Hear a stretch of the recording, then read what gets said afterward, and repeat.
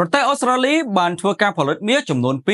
296តោននៅក្នុងឆ្នាំ2024សូមស្វាគមន៍មកកាន់ព័ត៌មានហិរញ្ញវត្ថុរបស់ Alpha Insight ថ្ងៃទី11ខែមីនាឆ្នាំ2025ក្រុមហ៊ុនផលិតមាសរបស់ប្រទេសអូស្ត្រាលីបានទាញយកអត្ថប្រយោជន៍ពីការកើនឡើងនៃតម្លៃហាងឆេងមាសនៅពេលដែលផលិតកម្មបានកើនឡើងក្នុងរយៈពេល3ខែចុងក្រោយនៅឆ្នាំ2024នេះបើយោងទៅតាមទិន្នន័យចុងក្រោយពីអ្នកប្រឹក្សាផ្នែករកររ៉ែមាសរបស់ក្រុមហ៊ុន Surbiton Associates ដែលមានមូលដ្ឋាននៅក្នុងទីក្រុង Melbourneការផលិតមាសនៅក្នុងស្រុកសរុបត្រូវបានគេព្យាករណ៍ថានឹងមានកំណើនចំនួន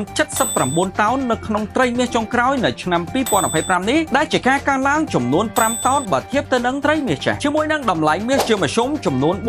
$4075អូស្ត្រាលីនៅក្នុង1អោនដែលផលិតកម្មប្រចាំឆ្នាំគឺមានចំនួនរហូតដល់ទៅ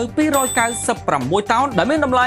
$34,000 លានអូស្ត្រាលីនាយកក្រុមហ៊ុន Surbiton Associates បាននិយាយថាឧស្សាហកម្មមាសរបស់អូស្ត្រាលីនៅតែបន្តទទួលបានអត្ថប្រយោជន៍អំពីភាពមិនប្រកបប្រជានៃសេដ្ឋកិច្ចពិភពលោកតម្រូវការដែលមានមូលដ្ឋានដ៏ទូលំទូលាយសម្រាប់ទ្រព្យសម្បត្តិដែលមានសុវត្ថិភាពបានជំរុញធ្វើឲ្យតម្លៃហាងឆេងមាសមានការកើនឡើងខ្ពស់បើធៀបទៅនឹងរូបិយប័ណ្ណសំខាន់ៗស្ទើរតែទាំងអស់រួមទាំងប្រាក់ដុល្លារអូស្ត្រាលីផងដែរហើយលោកបានបន្តថាភាពមិនប្រកបប្រជានៃសេដ្ឋកិច្ចពិភពលោកនៅក្នុងត្រីមាសទី1នៅឆ្នាំ2025នេះគឺកាន់តែមានធំទៅឥ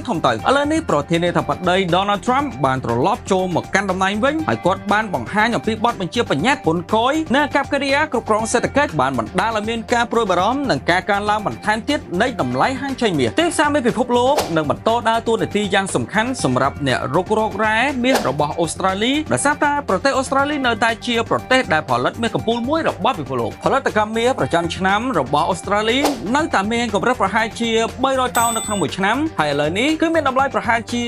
$45,000 លានអូស្ត្រាលីនៅក្នុងតម្លៃមាសនាពេលបច្ចុប្បន្នការទិញមាសពីសំណាក់ធនាគារកណ្ដាលជុំវិញពិភពលោកគឺជាការផ្លាស់ប្ដូរគំរូមួយនៅក្នុងទីផ្សារដែលធ្វើឲ្យតម្លៃហាងឆេងមាសមានការកើនឡើងដែលធនាគារកណ្ដាលបានទិញមាសច្រើនជាង1000តោនក្នុងរយៈពេល3ឆ្នាំចុងក្រោយខណៈពេលដែលពួកគេកំពុងតែធ្វើពិពិធកម្មឆ្ងាយពីប្រាក់ដុល្លារភាពមិនច្បាស់លាស់នៃសេដ្ឋកិច្ចនិងការគំរាមកំហែងនៃពន្ធគយដែលអាចធ្វើឲ្យសេដ្ឋកិច្ចមានការធ្លាក់ចុះនោះបានធ្វើឲ្យតម្លៃហាងឆេងមាសក្លាយទៅជាទ្រព្យសម្បត្តិដែលមានសុវត្ថិភាពគួរឲ្យទាក់ទាញអ្នកវិភាគនៅក្នុងទីផ្សារបានព្យាករណ៍តម្លៃមាសនៅក្នុងឆ្នាំ2025នេះដោយកំណត់ probability មានចំនួន50%ដែលមាននឹងជួញដូរនៅក្នុងចន្លោះពី$3,135ទៅ$3,500ក្នុងមួយតម្លឹងនិង probability ចំនួន30%ទៀតដែលតម្លៃហាងឆេងមាសអាចកើនឡើងខ្ពស់ជាង